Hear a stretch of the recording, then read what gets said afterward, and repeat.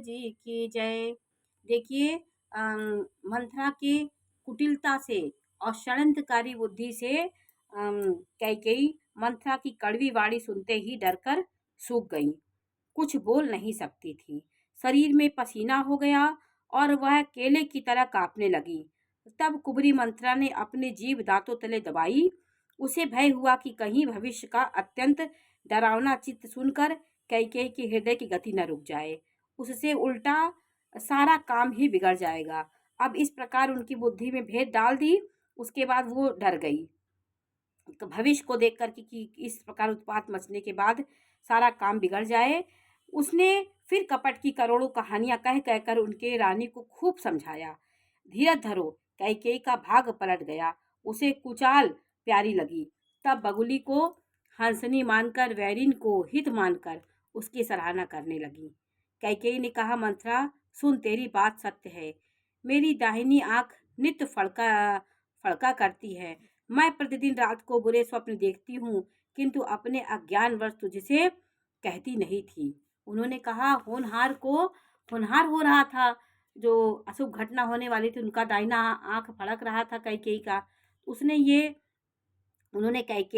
मंथरा से कहा कि सखी क्या करूं, मेरा तो सीधा स्वभाव है, मैं दाया बाया कुछ नहीं जानती।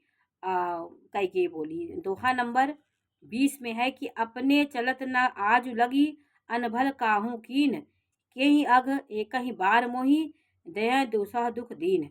अपनी चलते जहाँ तक मेरा वश चला, मैंने आज तक कभी किसी का बुरा नहीं किया। फिर न जाने किस पाप से दैव ने मुझे एक ही साथ यह दूसरा दुख दिया है। उन्होंने कहा, कैकेयी ने, नैहर जन्म भरब बर अजाई, जियत न करबी सवत सेवकाई।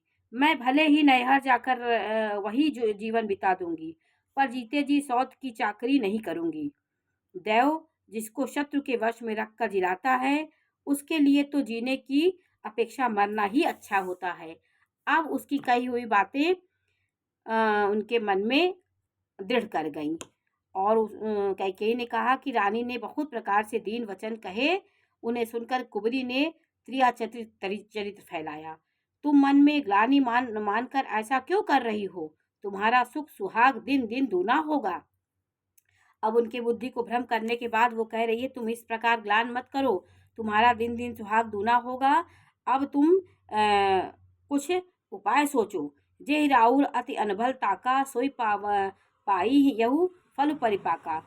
जिसने तुम्हारी बुराई चाही है, वही परिणाम में यह फल पाएगी। हे स्वामिनी, मैंने जब से यह कुमत सुना है, तब से मुझे ना तो दिनों में कुछ भूख लगती है और न रात में नींद आती है। मैंने ज्योतिषियों से पूछा तो उन्होंने रेखा खींचकर, गणित करके अथवा निश्चय पूर्वक कहा कि भरत राजा होंगे। यह सत्य है हे भामिनी, तुम करो तो उपाय मैं बताऊं। राजा तुम्हारी सेवा के वश में है। राजा कैकेयी को बहुत मानते थे।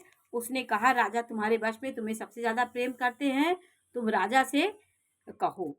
दोहा नंबर 21 में है अयोध्या कांड के कि परऊ कूप तु वचन पर, सकऊ पूत पति त्यागी, कहाँ से मोर दुखु, देख देखी बड़ कस न करब हित लागे। कैकेयी ने कहा, मैं तेरे कहने से कुएं में गिर सकती हूँ, पुत्र और पति को भी छोड़ सकती हूँ, पर तू मेरा बड़ा भारी दुख देखकर कुछ कहती है तो भला मैं अपने हित के लिए क्यों न करूंगी। अब देखिए, इतना वो उनके मंत्रा के वश में हो गई कैकेयी। कुबुली कैकेयी कपट छुरी उर पाहन टेही, और लखन न नारी निकट दुखु, कैसे चरई हरित तिन पली पशु जैसे। कुबरी ने कैकेयी को सब तरह से कबूल करवा करके, अर्थात बलि पशु बनवा करके अपने अधीन कर दी। कपट रूप छुरी को अपने हृदय रूपी पत्थर पर टेप करते आ उसकी धार को तेज किया। रानी कैकेयी अपने निकट के शीघ्र आने वाले दुख को कैसे नहीं देखती।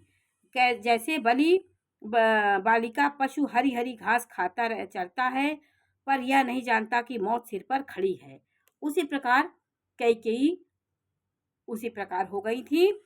और मंथरा की बातें सुनने से तो कोमल है कि पर परिणाम में कठोर। मंथरा की बातें तो सुनने में सही है, पर परिणाम में कठोर है, भयानक है, मानो वह शहद में घोलकर जहर पिला रही हो। दासी कहती है कि हे स्वामिन, तुमने मुझको यह कथा कही थी, उसकी मुझे याद है। दुई वरदान भूप संधाती, मांगहु आज जुड़ावहु छाती। सुतहि राजु रामहि बनवासु, देव लेहु सब सवत हुलासु। तुम्हारे दो वरदान राजा के पास धरोहर है, आज उन्हें राजा से मांग कर अपनी छाती ठंडी करो। पुत्र को राज्य और राजा को वनवास दो, और सौत का सारा आनंद तुम ले लो।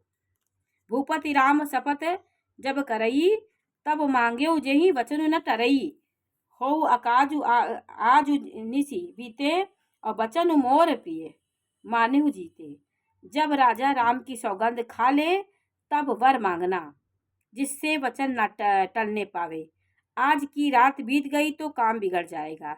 मेरी बात को हृदय से प्रिय, प्राणों से भी प्यारी समझना। उसने यही कैकेयी से कहा कि पापिनी मंथरा ने बड़ी बुरी घात लगाकर कहा कि कोप भवन में जाओ, सब काम बड़ी सावधानी से बनाना, राजा पर सहसा विश्वास न कर लेना, उनकी बातों में न आना। उसने कहा। कुबरी को रानी ने प्राणों के समान प्रिय समझकर बार बार उसकी बुद्धि का बखान किया और बोली, संसार में मेरा तेरा समान हितकारी कोई नहीं है। अब उनकी बुद्धि भ्रमित हो गई। तू मुझे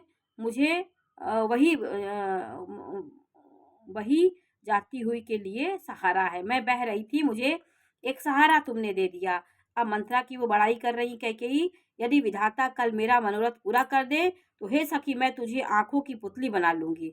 इस प्रकार दासी को बहुत तरह से आदर देकर कैकेयी को भवन में चली गई। विपत्ति बीज है, दासी वर्षा ऋतु है। कैकेयी की बुद्धि उस बीज के बोने के लिए जमीन हो गई और उसमें कपट रूपी जल पाकर अंकुर फूट निकला। दोनों वरदान उस अंकुर के दो पत्ते हैं और अंत में उसके दुख रूपी फल होगा। कैकेयी कोप का सब साज सजाकर कोप भवन में जा सोई। राज करती हुई वह अपनी दुष्ट बुद्धि से नष्ट हो गई। राजमहल और नगर में धूमधाम मच रही थी। इस कुचाल को कोई नहीं जान रहा था। अब ये महल के अंदर जो षड्यंत्र हुआ उसे कोई नहीं जान रहा था। लो सियावर रामचंद्र जी की जय।